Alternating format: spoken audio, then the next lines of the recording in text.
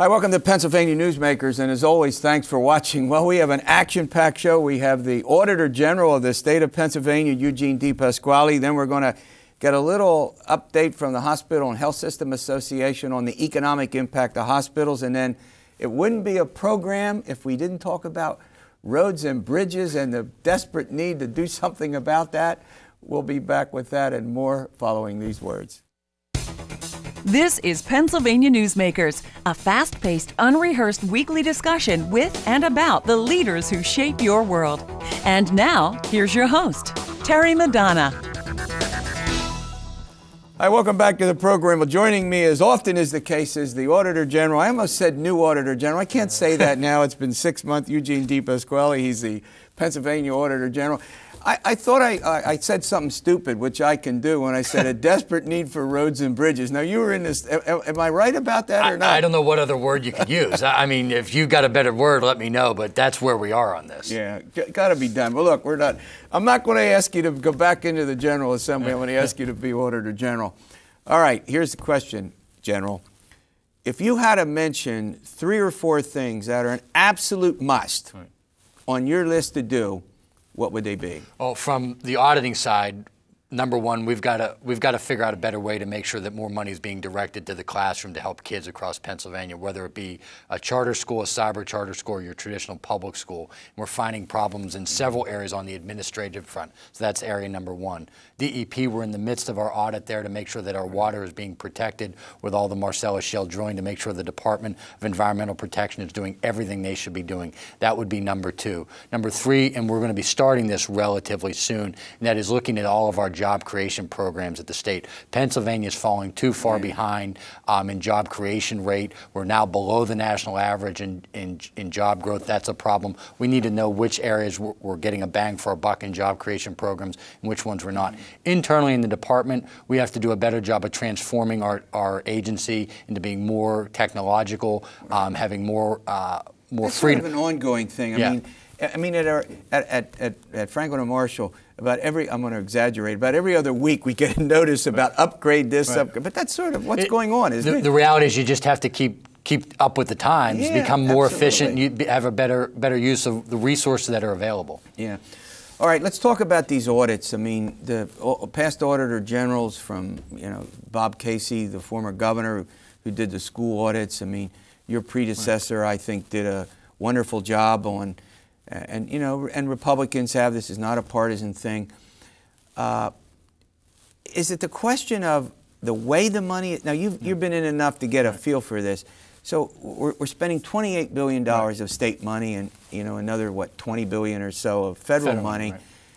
Right. Is it the question of the programs themselves, the way money is spent? Give our viewers a feel for that. Well, there's no simplistic answer. Yeah. There's so many items that go into why a child does well in school. I mean, obviously, the teachers are critical, the work ethic of the kid, the learning environment at the school, what the home life is like, whether the child is hungry. All of those items go into it. But we can't. I'm not going to go into the home and say, you got to make a better sandwich for your kid. I mean, so my job is to try to make sure that we're getting the biggest bang for our buck. Find out what is working, what isn't, and also especially find out, is there administrative waste out there? In the charter schools, we found improper lease reimbursements. First 6 audits we did of the charter schools, $600,000. When we find some school districts where the superintendent, the buyout contracts are significantly outsized. When we find administrative waste, those are areas where we say, look, anybody that knows about education knows there is no simple answer to why some kids do better than others. Yeah. But we need to do a better job of the money we are spending. I'm going to get into a couple of controversial subjects. Maybe you haven't had a chance to review them. If not, I'll haul you back here, okay. And you'll come back and help us out. But, and we'll just get started on this. We'll probably have to run to a break in the middle of it. But we got the Turnpike Commission, and we hear these contracts and 8 people indicted. Do you have a role in auditing that? Now, you're just in, all this preceded you. So looking forward in that area alone, what would you say? Well, The short answer is yes, but right now, I mean, we do audit the Turnpike, and we will be back in at the appropriate time. Right now, you actually have a criminal investigation, which takes precedence over. I mean, our job is to, talk about how you can get a better bang for your buck, make sure contracts are being, we're getting good value in our contracting. What you get out of an Auditor General report is an audit with public exposure. Obviously, when you break the law and the Attorney General has to step in, you go to prison, or could go to prison. It's so right now that one's taking priority. All right, I'm talking with the Auditor General of the state of Pennsylvania, Eugene DePasquale. I'm going to put him on the spot and ask him if he should audit the books of the General Assembly. He was in the House. We'll see what he says about that after these words. This broadcast of Pennsylvania Newsmakers is presented by the Pennsylvania Chamber of Business and Industry, the statewide voice of business, and by the Pennsylvania Business Council Education Foundation, educating citizens and business leaders about important public policy issues and civic affairs.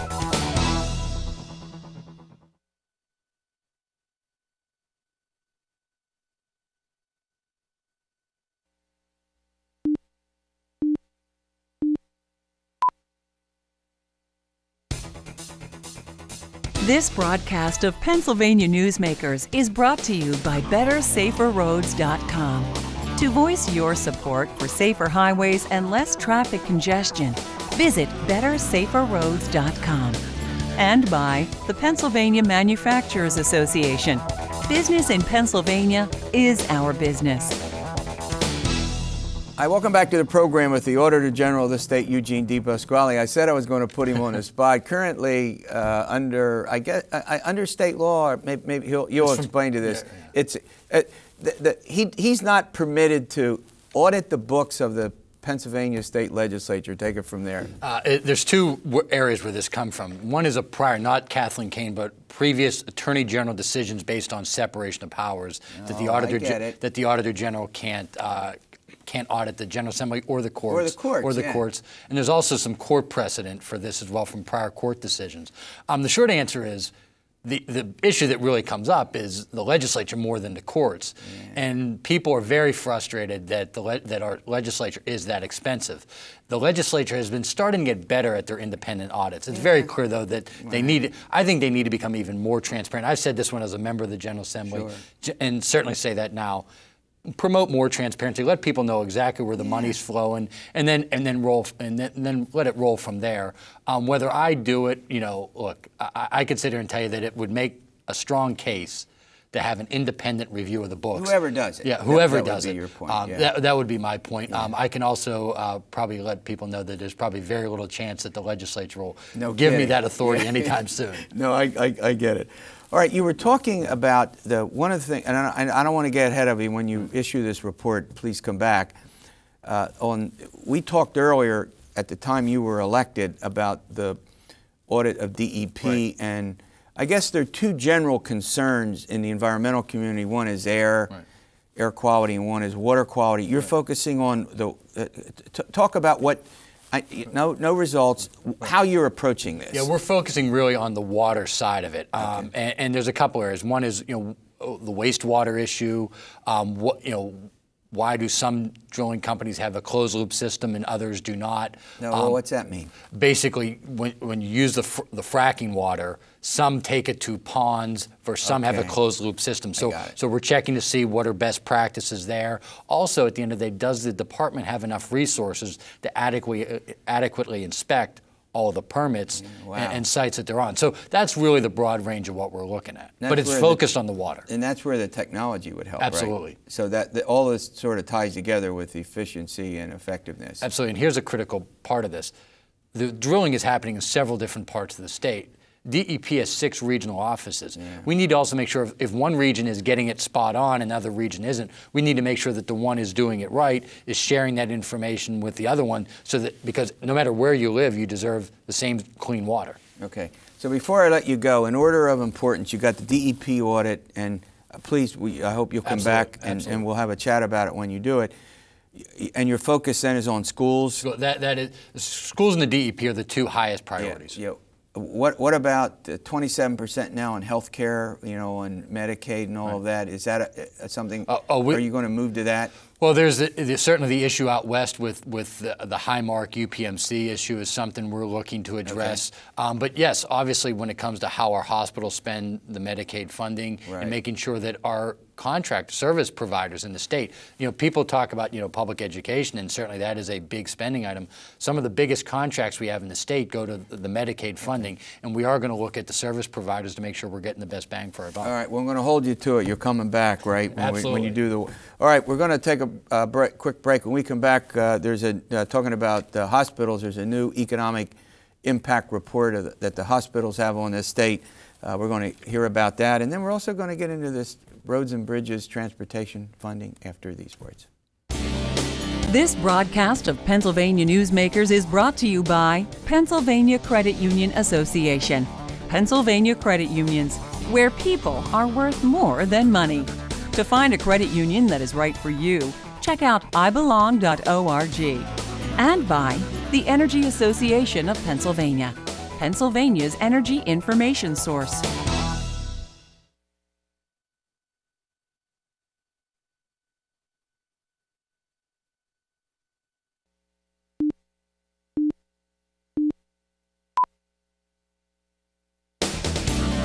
This broadcast of Pennsylvania Newsmakers is presented by the State System of Higher Education.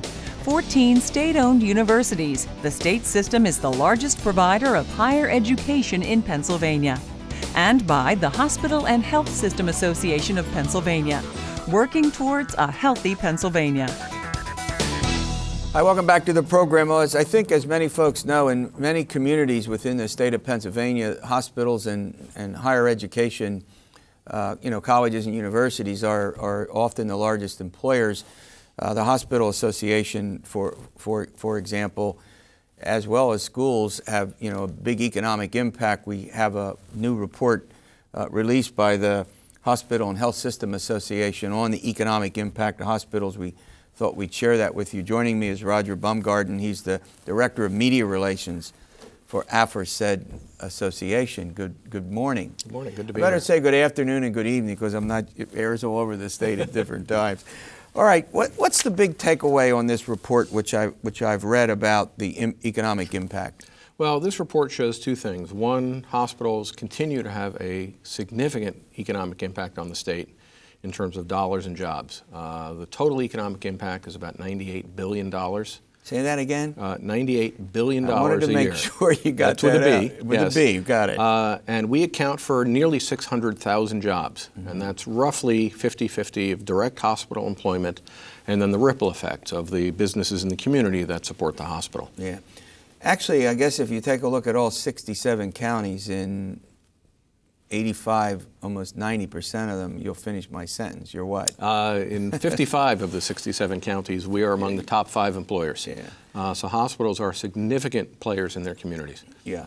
And you've got almost 600,000 people who, as you point out, have jobs in this state. Mm-hmm. What's the impact of this recession been? There's been lots of layoffs, and have hospitals been able to sort of maintain staffing patterns reasonably well? I know that some have. Go ahead. There have been isolated layoffs here and there, but overall hospitals have been a very stable force in the economy through the recession, very stable employers, the providers of very good family-sustaining jobs at all levels of the organization. Yeah. One of the debates that goes on is, some are nonprofits and therefore they make a contribution back to their municipality, I guess, into their school district.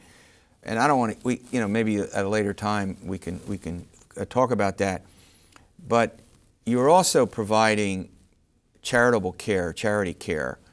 Yeah. And repeat for everybody what we've said many times. Somebody comes in with a medical need, what happens? We treat them. We treat them. But you mentioned that issue, and in fact, one of the new things in this report is, in addition to some of the Department of Labor data that we've looked at in the past in previous reports, this time we looked at IRS data from the new Form 990. And that looked at what they call community benefit. And those are other contributions that nonprofit hospitals are making to their communities. And in addition to the $98 billion economic impact, the community benefit impact to communities across the state is an additional $5 billion. Right. So the one other area before you go that I want to get into is that we have obviously Medicare and Medicaid. You treat patients under those programs, but you also have to subsidize the cost of those. Is that correct? We subsidize those. We subsidize patients who can't pay at all. The uncompensated care is $100 million a year. Yeah. So it is a significant amount, and hospitals need to make that up because we're underpaid for Medicare and Medicaid. Yeah, one of the things that we, over the years when you all have been on the program and we've talked about all kinds of healthcare issues that I don't know that we focused enough on, and maybe we ought to do something about this in the future, is the fact that you do a fair amount of research in hospitals. We have some folks on who do that from medical facilities. Oh, yeah. But I don't know that we've ever talked specifically. Maybe I'll Yeah. send you an email about this. Okay. It'd be interesting to see what kind of research you're doing, that leads to better care. It's over $900 million on the research side. $900 million on the. Okay. I mean, do you think that's something we could talk about in the future? Maybe find some aspect of. I'm sure we can. In some of the hospitals. All right. Then finally, you're also involved in community building activities. Right. And, right. As part of that $5 billion a year in community benefit. Includes the contributions hospitals make to their communities as corporate citizens. They support local organizations. They support local health programs and the like. Okay. All right. There we have a little quick update on this economic report from the Hospital and Healthsystem Association. Typically when we talk about roads and bridges, we haven't spent a lot of time on agribusiness. We've done a lot of other aspects of it. I've called it a desperate need. I'm probably showing my bias here. I do believe that I often don't editorialize, but this is something very important. Democrats and Republicans in the legislature now agree. How much they put into it is another matter. But we're going to get a little different angle on it for those in the agribusiness after we pay some bills. This broadcast of Pennsylvania Newsmakers is presented by Highmark Blue Shield, changing the way health plans work for business with a variety of plan options for employers and more choices for employees. Information is available at highmark.com. Have a greater hand in your company's health. And by the Pennsylvania Healthcare Association, the future of long-term care.